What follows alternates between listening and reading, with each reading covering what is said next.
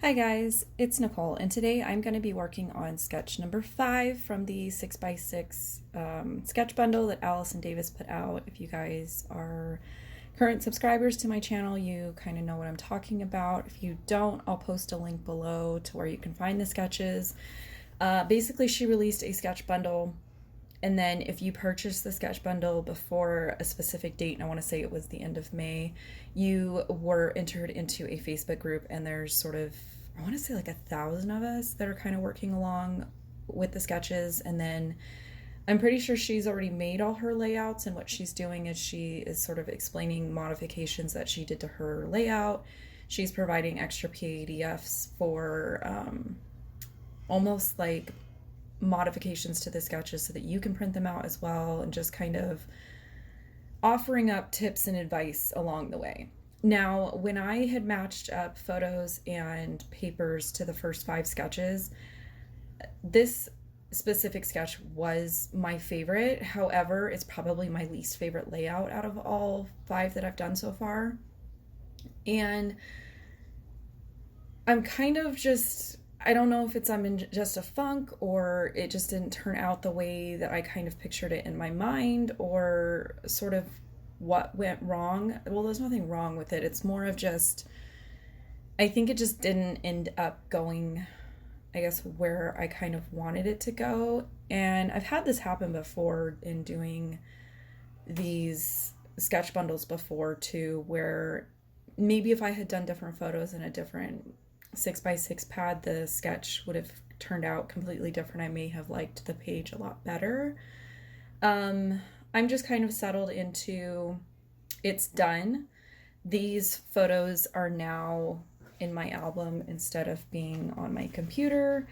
And the sketch called for, I believe it's 19 photos.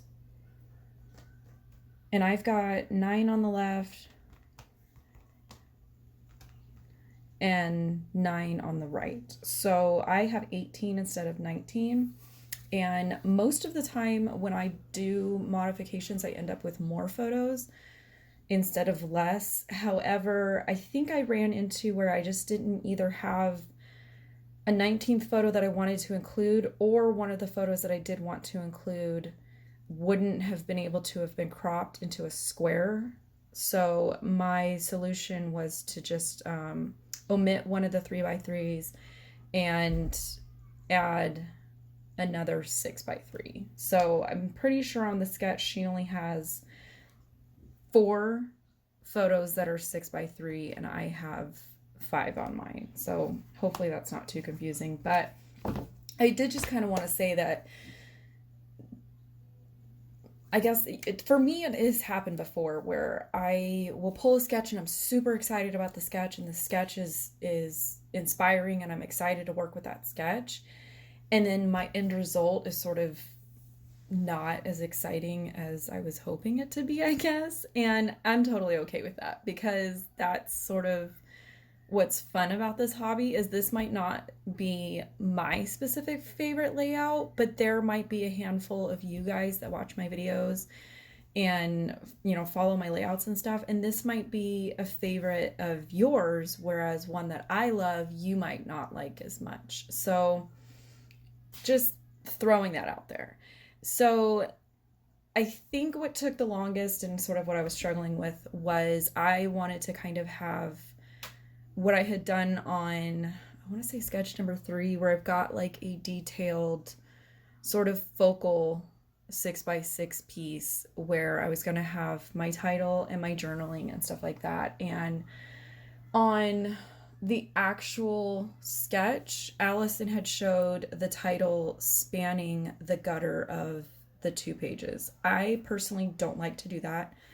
I don't think it necessarily looks bad if you put it in a D-ring album and you've got that gap between. I personally just don't like cutting through a photo, cutting through journaling, or cutting through a title and having it go across the gutter. That's just a personal preference for me.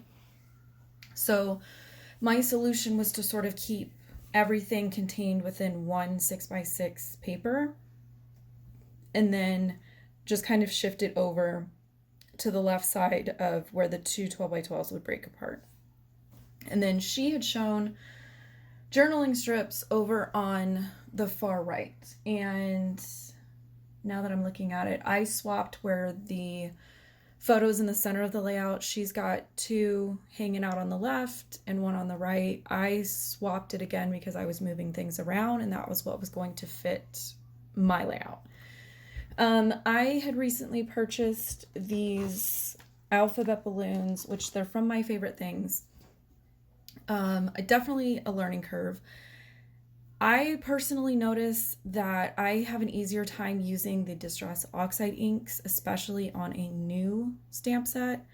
Once I've used it and kind of broken it in a sense, then I kind of have a better time using dye inks. So because this was new, I went ahead and grabbed a bunch of different Distress Oxide inks, and I'm kind of doing the whole rock and roll technique. I saw somebody on their, I want to say it was their design team, that had used this set, which was why I wanted to buy it. And the balloons just kind of came to life by adding that dimension of a second color. So I just kind of took the ink pad and like barely touched the edge of the letter. And I might do it, 2 or 3 times to kind of build that up instead of just going in on one. I wanted it to kind of blend and not look so harsh. Definitely, again, this was one of those things where in my mind, I was like, this is going to be amazing. And then when I got done, I was like, not really what I thought it was going to end up being. So yeah, I think sometimes that happens. And then even during this, when I was trying to find colors to match up, I was noticing that I need to fill in with some of the more pastel shades in this ink line, because like the blue balloon specifically, I was having a hard time kind of getting 2 shades of blue where one was light and one was darker, to where you did get that different hue. So yeah, I kind of have a little bit of a shopping list that I'm gonna probably fill in with some different colors. And oh, speaking of shopping list, I did want to go ahead and let you guys know I had been posting links to things, and I mentioned in a previous video that I signed up for the affiliate program with Scrapbook.com just because they do kind of give you the tools and the resources to make linking products and having a space to kind of post your layout photos. And so I'm kind of taking advantage of that. And I did just want to say thank you to those of you that have shopped through either a specific link or the link that just connects my account, but you're not necessarily purchasing a supply that I've linked, I guess, if that makes sense. Either way, big thank you to you guys, because those little percentages do add up. And I think I'm probably going to let it go another week or two, and I might go and kind of splurge on some things that kind of been eyeing, different things that I keep seeing people using. I do want to go ahead and maybe get another 5 or 6 oxide inks. That's typically what I do, is I'll get a couple at a time, and you guys can see my my swatch thing over there where I kind of can see what I have and be able to pull colors from there.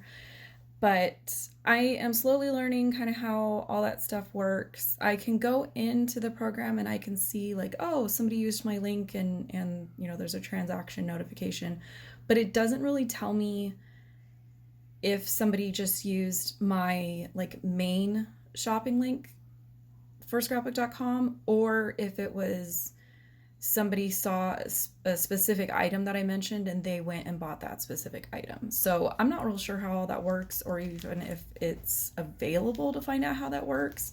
The statistic nerd in me just kind of finds that stuff interesting. But I was definitely blown away because I hadn't checked the account in a while. It's just something that I don't really think about. Like, I think about making sure that I have links for you guys to be able to find the things, even if they're older, because then a lot of times if the product's not available, usually lower down on a web page at any store, they'll say, hey, this is out of stock, or you can't get it anymore, but you might find these recommendations helpful.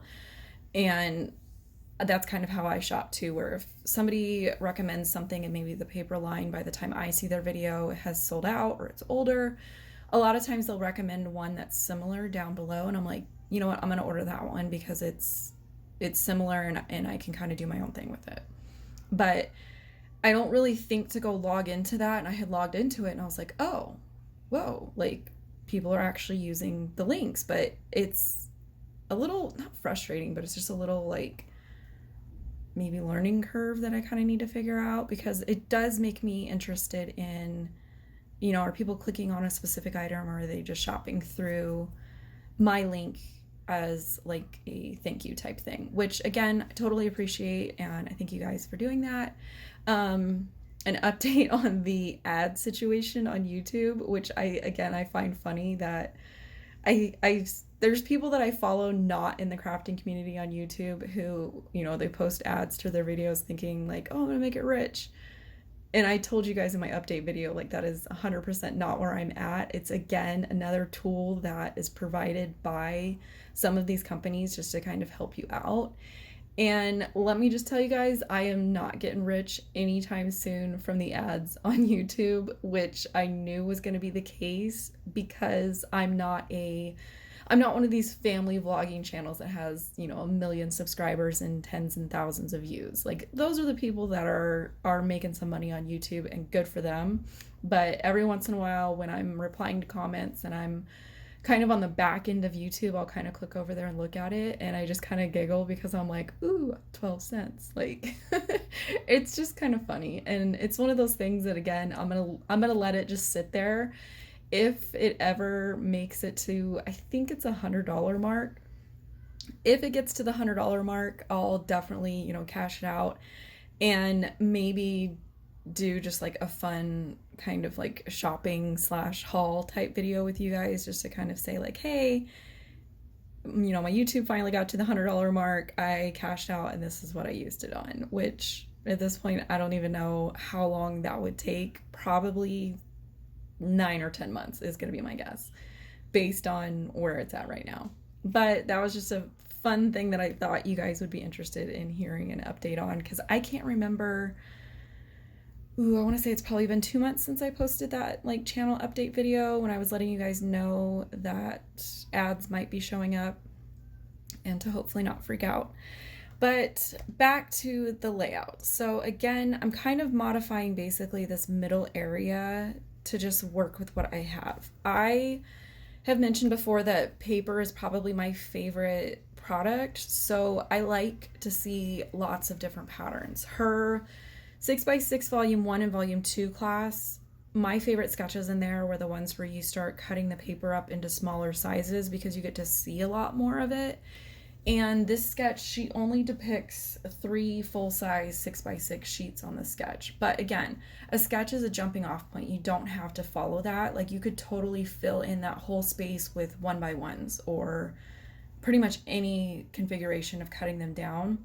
I chose to just kind of cut them into, I want to say I did 1.5-inch strips. Yes, I had to do quick math there. That was just what was going to fill in the space, and I just picked some patterns that I liked, mostly B-sides. You guys know that I like 1 or 2 that kind of reference the colors in the collection, and then I really like B-sides to kind of give you a break. And then I struggled a little bit with embellishments, mostly because I've mentioned before, when I would buy 6x6 paper pads in the past, I never thought to go ahead and grab like 1 or 2 embellishments that matched it. I just always thought, oh, I can come up with something, or I've got enough stuff that can mix and match. But then when I sit down to actually use it, if you're looking across manufacturers, a lot of times you can run into color palette situations where, you know, this is a Doodlebug paper line. They are very bright, very, just their color palette is sort of that almost like Lisa Frank rainbow vibe type thing going on. And that's going to be a little difficult to try to match up to, say, like October Afternoon, because they're very muted in their color palette. So I, again, was trying to do a good job of sort of shopping my stamps and dies The little girl image is from another alphabet balloon stamp set that I have. The company is called Love Cynthia, and I believe at the time I bought it on Etsy. She has her own site, but she's somewhere in Europe, I believe. But she has a ton of these stamps that all go with this little girl who, to me, looks like my daughter. And then there's a little boy that she also illustrates. However, I don't think most of them have die sets. So I just kind of cut around it with some scissors.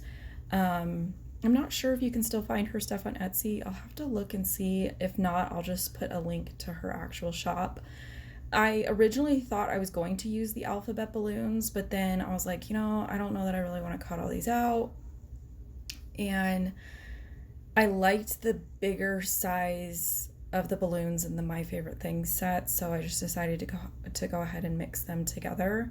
And then as far as any other embellishments, I did cut a couple things out of the Doodlebug cut apart sheets because, again, the way that manufacturers used to do their 6x6 papers was if there was a cut apart in the collection, they would still include it in the 6x6 pad and just downsize it. So you had these like perfectly sized images that you can now cut apart and almost have like DIY die cuts in a sense. So I did try to use some of those, and then basically I just kind of went digging through my room. I wasn't even convinced that I didn't have anything that went with this collection. I never did find anything, and the other Doodlebug stuff that I had, because Doodlebug is usually very theme specific, I wasn't really finding anything that was this color palette that included a lot of the pinks and purples or had any kind of like birthday imagery. I don't really have any of their birthday lines. Just some small bits and pieces that have come in different kits. So I just kind of went digging through different stuff. I have a basket of die cuts and chipboard that's Simple Stories branded. So I went and checked their Princess line, which again is a couple years old. And the line overall looks muted compared to the Doodlebug fairy tale line. However, if you kind of start pulling some of the pieces apart, the purple and pinks were gonna work. So I just did a really, really quick kind of dig through here. I did toy with the idea of using some of those silver stars just because there were so many, but then I was like, no, I don't really want to introduce a whole other thing here. So I basically just do a quick dig through. I pull out anything that I feel like can work, and then I sort of just go from there. And I tend to not like over embellish, I guess. I think I tend to do like a low or medium level of embellishing, and it's probably just because it's not my favorite part of the process. Usually by the time I've done my photos, my title, and my journaling, those are sort of the important aspects. And from there, I'm just kind of looking for some small things to sort of just draw some interest and kind of help these photos that are in the middle not feel like they're floating or not feel like they're sort of out of place.